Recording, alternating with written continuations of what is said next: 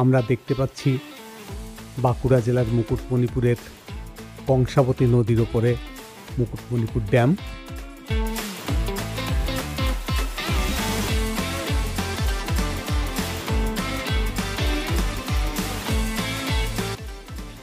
ড্যামের শেষ প্রান্তে একটু ছবি তোলার শখ হলো, কয়েকটা ছবি তুললাম, সেলফিও তুললাম। আমরা এসেছি মুকুটমণিপুর নৌকোঘাটে। এখান থেকে শুরু হবে আমাদের নৌকো বিহার। এখানে অনেকে পিকনিকও করে।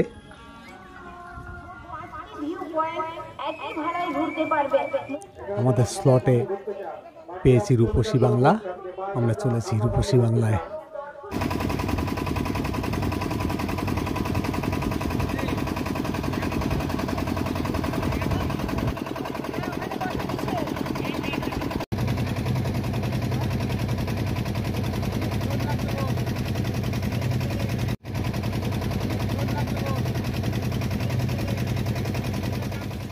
আমরা পৌঁছে গেছি বনপুকুরিয়ায়। এই বনপুকুরিয়া থেকেই আমরা ভটভটি করে যাব ডিয়ার পার্কে। বেশ কিছু হরিণ আছে। এরা খেলা করছে না মারামারি করছে কিছু বোঝা গেল না, নাকি আমাদের আনন্দ দিতে কিছু ড্যামি খেল দেখালো বুঝতে পারলাম না।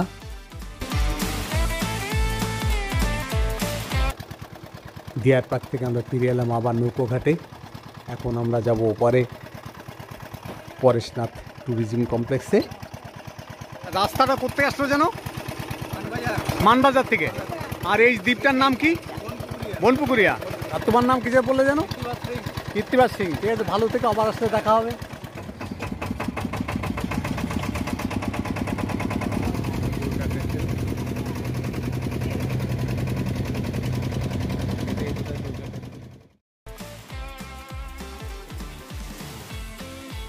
এই পরেশনাথ ট্যুরিজম কমপ্লেক্স থেকে আমরা আবার ফিরে এলাম নৌকোয় এবং পৌঁছে গেলাম মুকুটমণিপুর ঘাটে।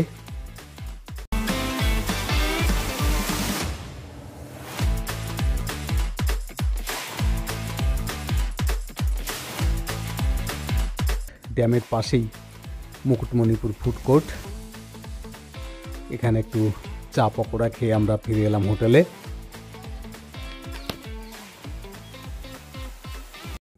আমরা তৈরি হয়ে গেছি, আজ আমাদের বাড়ি ফেরার পালা। ফেরার পথে দেখতে পেলাম গুড়ের ভাটি, কিন্তু গুড়ের কোয়ালিটি একদমই ভালো না, কেননা শীত পড়েনি। গুড় নেওয়া হলো না, বাড়ির পথে রওনা দিলাম।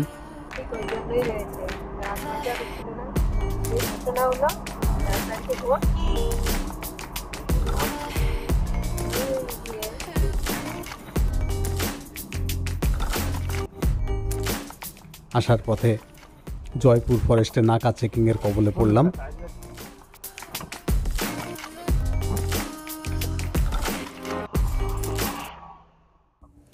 চায়ের বিরতির সময়ে সকলের শখ হলো একটু ধান খেতে বিচরণ করবে। আল বেয়ে যাওয়ার অভ্যাস আছে কিনা যাচাই করে নেবে।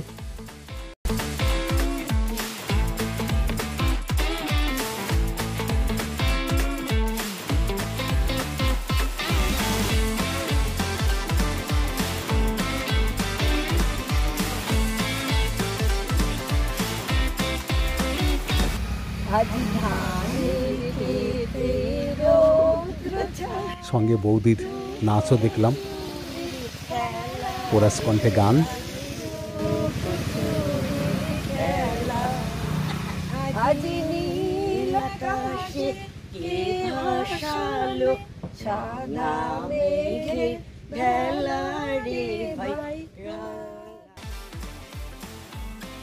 চাপাডাঙ্গার একটি হোটেলে একটু খাওয়া দাওয়া করলাম।